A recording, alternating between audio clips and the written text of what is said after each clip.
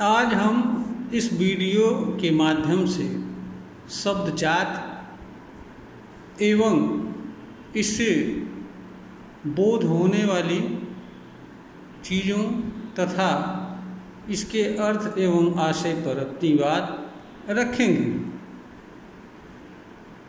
शब्द जात भाषा विज्ञान का एक शब्द है।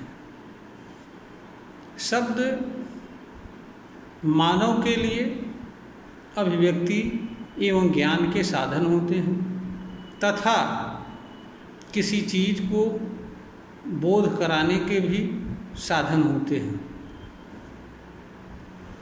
जाति शब्द का आशय मनुष्य या किसी अन्य चीज़ के कुल, वंश, परिवार आदि का बोध कराता है एवं उससे जुड़े हुए कर्म का बोध कराता है। मानव के संदर्भ में मानव भी एक जाति है। ऐसे इस धरती पर अनेक जातियां हैं। जातियों का वर्गीकरण करके असंख्य चीज़ों को मनुष्य जानता व समझता है। मानव भी एक जाति है, पशु भी एक जाति है। जहाँ तक मानव के संदर्भ में बात है, यह मनुष्य के परिवार के जन्म, कुल, वंश, खानदान आदि का बोध कराता है। इसके अलावा जन्म से उसके साथ परिवार से जुड़े कर्म का भी बोध कराता है। जैसे लोहार एक जाति है, तो लोहार जाति के कर्म का अर्थ यहाँ पर लोहे का काम करने वाली जाति से है। इसी तरह से सोनार एक जाति है। यहाँ पर सोनार जाति के कर्म का आशय सोने का कारोबार करने वाली जाति से है। जैसे इसी तरीके से ब्राह्मण एक जाति है। यहाँ पर ब्राह्मण का आशय सनातन या हिंदू धर्म में धार्मिक क्रियाकलाप संपन्न करने वाले व्यक्ति से होता है। जाति के आधार पर किसी मनुष्य को छोटा, किसी को बड़ा, किसी को श्रेष्ठ, किसी को तुच्छ, किसी को ऊंच, किसी को नीच समझना मानवीय अज्ञान है, मूर्खतापूर्ण कार्य है। इससे मानव समाज में ईर्ष्या, द्वेष, अविश्वास, घृणा जन्म लेता है। हर कोई किसी को अच्छी निगाह से नहीं देखता है, अविश्वास की दृष्टि से देखता है। इससे समाज में अनेक तरह के विकार जन्म लेते हैं जो मानव समाज के पीड़ा व दुख का कारण बनते हैं, समृद्धि एवं विकास में बाधा बनते हैं, स्वस्थ एवं स्वतंत्र चिंतन मनन, प्रतिस्पर्धा, विकास के मार्ग में भी बाधा बनता है। जाति आधारित भेदभाव का सबसे बुरा असर इससे ग्रसित व्यक्ति पर पड़ता है। इससे व्यक्ति के अंदर दोहरे चरित्र का सृजन होता है, भेदभाव जैसी चीज का जन्म होता है। एक ही व्यक्ति अलग अलग जात के लोगों के प्रति अपने अंदर अलग अलग विचार व भाव रखता है। रखना पड़ता है और अलग अलग रूप में व्यवहार करना पड़ता है। तमाम अवसर ऐसे होते हैं कि व्यक्ति अंदर से कुछ रहता है, बाहर से उसे कुछ प्रदर्शन करता है, क्योंकि समाज में, व्यवहार जगत में वह बहुत सारी चीज़ें जो मनुष्य अपने भीतर विचार व भाव के रूप में रखता है, वह किसी भय, मर्यादा या स्वार्थ के कारणवश उन चीज़ों को बाह्य रूप में प्रकट नहीं कर पाता है और वह अंदर से कुछ रहता है बाहर दिखावा के लिए, स्वार्थ में या मजबूरी में कुछ और करता है। इस तरीके से वह एक ही मनुष्य एक ही चीज़ के संदर्भ में एक ही समय में दोहरे खेल खेलता है, दोहरा जीवन जीता है, डबल चरित्र रखता है। ऐसे इस तरह के कार्य करने वाला मनुष्य इस तरह के कार्यों से पीड़ित व दुखित रहता है।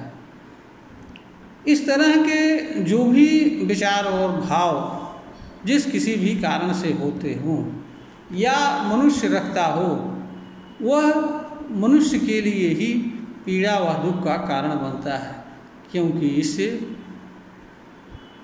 मनुष्य के भीतर ईर्ष्या, द्वेष भाव खड़ा नफरत जन्म लेता है।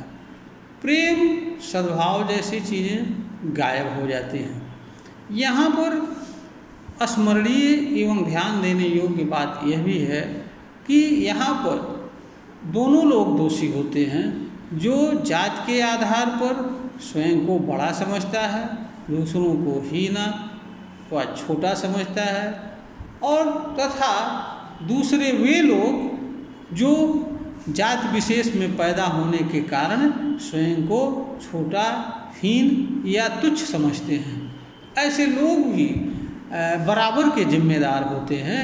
इसका कारण यह है कि कोई व्यक्ति हमें क्या समझता है, क्या नहीं समझता है, या क्या समझना चाहिए, क्या नहीं समझना चाहिए, इस पर हमारा नियंत्रण नहीं है। लेकिन हमें स्वयं को क्या समझना चाहिए और क्या नहीं समझना चाहिए, तथा हमारे द्वारा किस तरह का कर्म व व्यवहार किया जाना चाहिए, यह हमारे ऊपर निर्भर करता है। इस पर हमारा अपना अधिकार होता है। और जिस चीज़ को गलत होने के कारण गलत को स्वीकार करना भी गलत होता है।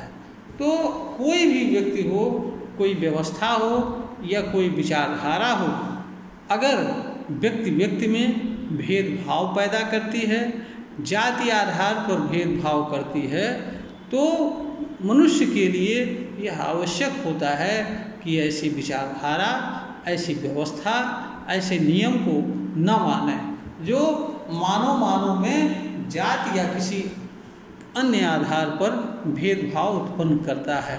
तभी इस समाज से इस तरह के जातिगत या अन्य तरह के भेदभाव व बुराई नष्ट हो सकती है। कारण यह है कि जो व्यक्ति किसी भी आधार पर यह जानता है या बताया जाता है कि वह ऊंची जाति का है और वह अमुक है, वो श्रेष्ठ है, ऐसा व्यक्ति समाज में बदलाव क्यों चाहेगा? क्योंकि जो लोग किसी व्यवस्था से, चाहे वो गलत हो या सही हो, लाभ ले रहे होते हैं, वे उस लाभ को कभी नहीं छोड़ना चाहते हैं। हाँ, कुछ आपवादिक लोग उनमें से ऐसे होते हैं जो उनका संबंध सत्य एवं यथार्थ बातों से होता है।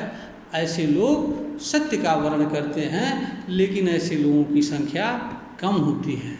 इसलिए कर्तव्य उन लोगों का भी होता है जो किसी बुराई से, चाहे वो जाति आधारित बुराई हो या व्यवस्था आधारित हो या नियम आधारित हो, जिनके साथ उल्टा व्यवहार होता हो या जिनके संबंध में गलत धारणा रखी जाती हो, उन्हें ऐसे विचार व्यवस्था नियम विधि को नहीं मानना चाहिए और ऐसे लोगों का विरोध करना चाहिए जो उन्हें छोटा या निम्न समझते हैं और ऐसे लोगों का बहिष्कार भी करना चाहिए, क्योंकि मानव के सुधार का एक रास्ता उसका विरोध भी होता है। किंतु विरोध का आशय यह कदापि नहीं है कि मानव मनुष्य से संघर्ष करे, मारपीट करे। विरोध सिर्फ उनको बताया जाए, उनको उपेक्षित किया जाए और इस तरह जीवन जिया जाए जिससे उन्हें यह एहसास हो कि वह आपके किसी बुराई को समझने वाले नहीं हैं, क्योंकि बुरा करने वाला ही नहीं बुरा होता है, बुराई को स्वीकार करने वाला, उसका समर्थन करने वाला, किसी रूप में भागीदार बनने वाला और बुराई को सहने वाला भी बुरा होता है।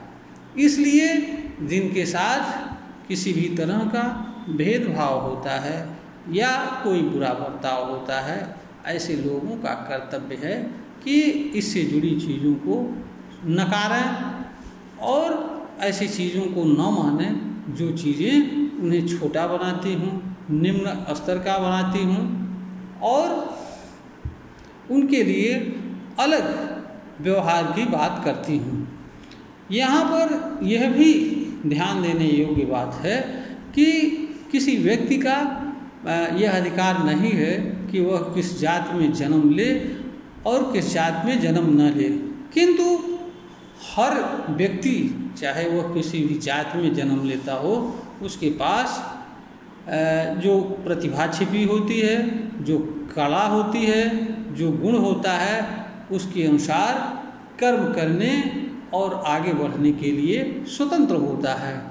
अनेक लोग इस धरती पर ऐसे आते हैं जो अपने कर्म के बल पर यह साबित करते हैं कि वह किसी से कम नहीं है, वह भी वही हैं जो दूसरे लोग हैं, भले ही उनकी जात कोई रही हो और वो समाज में ऊंचा से ऊंचा स्थान प्राप्त करने में सफल होते हैं।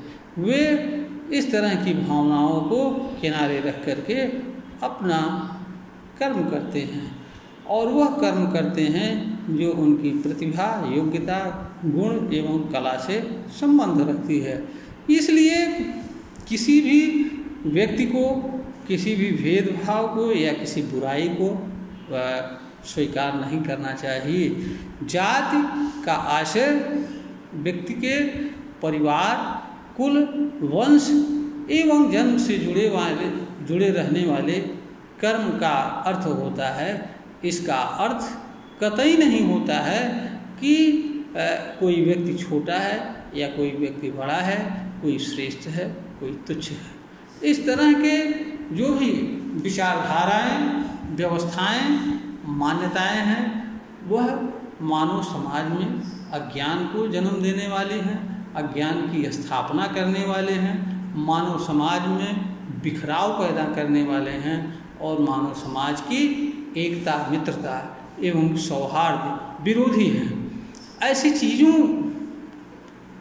को प्रति हर व्यक्ति का यह कर्तव्य होता है कि जो भी चीज़ें किसी व्यक्ति के किसी भी कारण से पीड़ा व दुख का कारण बनती हैं, ऐसी चीज़ों को हर व्यक्ति का कर्तव्य है कि उन्हें नकारे। यही मनुष्यता है, मानवता है। और जो इस बात को नहीं जानता है, नहीं स्वीकार करता है और नहीं कोई इस दिशा में कार्य करता है, वह मानव नहीं है और न ही उसके पास मानवता जैसी कोई चीज़ है। इसका कारण यह है कि जो व्यक्ति एक मनुष्य के साथ एक मनुष्य के नाते व्यवहार नहीं करता है, वह मनुष्य कहलाने का अधिकारी नहीं होता है। जब एक मानव दूसरे मानव के साथ मानव के आधार पर व्यवहार न करके उसकी जात, उसके धर्म, उसकी मजहब, उसकी हैसियत, उसकी प्रतिष्ठा, स्टेटस आदि के आधार पर व्यवहार करता है तो ऐसा व्यक्ति मानव कहलाने का अधिकारी नहीं होता है। एक मानव को दूसरे मानव के साथ मानव के आधार पर व्यवहार करना चाहिए और यह मानना चाहिए कि जैसे मैं एक मानव हूँ वैसे दूसरा भी एक मानव है।